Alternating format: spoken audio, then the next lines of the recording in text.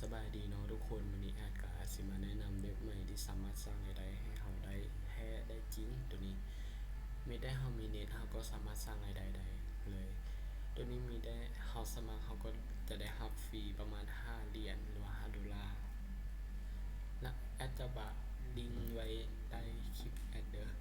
หลังจากกดเข้ามาแล้วมันก็จะขึ้นหน้านี้ซองแรกให้เราใส่ชื่อเราเป็นภาษาอังกฤษและซองที่สองให้ใส่อีเมลที่เราใช้ปัจจุบันที่ใช้ได้จริงตัวนี้เพราะว่าเราต้องได้เข้าไปยังยืนแล้วตัวนี้นี่เราสร้างรหัสผ่านใส่รหัสผ่านอันตามใจเราเลยทั้งช่อง3กับช่อง4ใช้กันแล้วก็กดลงทะเบียนอันนี้แอดก็ลงทะเบียนแล้วเดี๋ยวแอดขอเข้าสู่ระบบก่อนแอดลืมบอกหลังจากที่เรากดลงทะเบียนแล้วมันบอกมันก็ส่งข้อความไปหาเราทางอีเมลให้เรากดให้เราเข้าไปกดคอนเฟิร์ม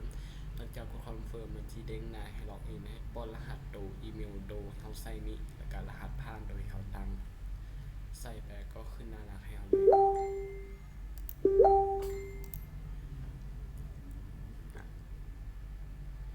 หลังจากที่เราลงทะเบียนแล้วเป็นบอกมันก็จะโชว์อยู่หน้านี้ให้เราเลือกดาวน์โหลดก่อนเราใช้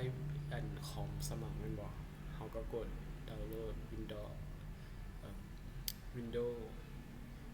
เราใช้อัน Android ให้เรากดอัน Android นี้คันเราใช้ iOS ก็กด iOS ตัว Apple นี้หลังจากกดดาวน์โหลดแล้วมันบอกมันก็จะบอกให้เรานะหลังจากที่เราติดตั้งแล้วมันก็จะบอกให้เราใส่โค้ดให้เอาโค้ดตัวนี้คันล็อกโค้ดตัวนี้ไปใส่แล้วมันก็จะโชว์แบบนี้ให้หลังจากที่เราใส่โค้ดแล้วมันก็จะโชว์แบบนี้ให้เรากดปิดได้เลยหลังจากที่เราเชื่อมโค้ดแล้วมันก็จะเริ่มเฮ็ดเวียกให้เราได้เลยตัวนี้มันก็จะบอกว่าอันนี้ยอดเงินคงเหลือที่เรายังมีอยู่ปัจจุบันแต่เราบ่สามารถถอนได้เราต้องมี$10ขึ้น$10ขึ้นไปก็จะสามารถถอนได้ขั้นต่ำเป็น$10แล้วตัวนี้แม่นรายได้เราได้มื้อนี้ฮอด24ชั่วโมงมันก็จะตัดมาเข้ายอดเงินคงเหลือให้เราได้เลยตัวนี้เลยถอนเงิน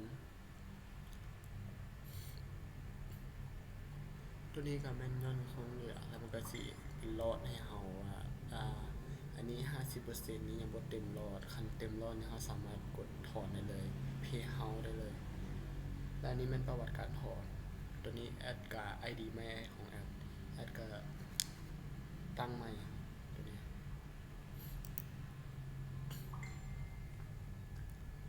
แล้วอันตัวนี้สำหรับคนที่แนะนำใครที่ใส่แนะนำมีแต่ให้เราเนี่ยเอาลิงก์นี้ไปเสิร์ชหมู่หลังจากเสิร์ชหมู่แล้วมันก็จะโชว์อยู่ในนี้ค่าคอมมิชชั่นนี่เราจะได้ 10% เด้อสมมุติเราแนะนำคนนึงแล้วคนนึงหันไปยืนยันอีเมลแล้วมันก็เราก็จะได้ประมาณ$0.5ทุกคนการแนะนำได้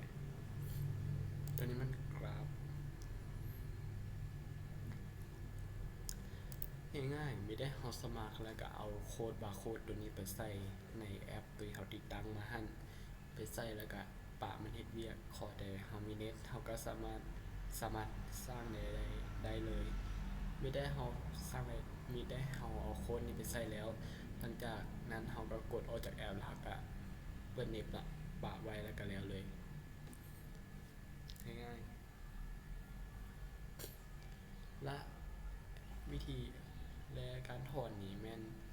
มันจะถอนเขาเพยี่แล้วก็เพย์พาแล้วก็บิตคอยน์